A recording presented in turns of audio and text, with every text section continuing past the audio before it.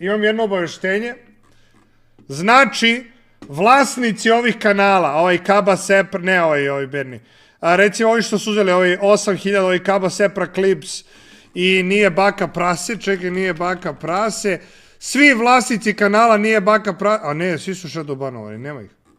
Kako zove, ovaj kanal svi nek se jave Stankeli, evo ovaj 02, evo vidiš, ovi koji iskaču kad se srčuje, svi nek se jave Stankeli i otkupit ću svaki taj kanal za 200 evra.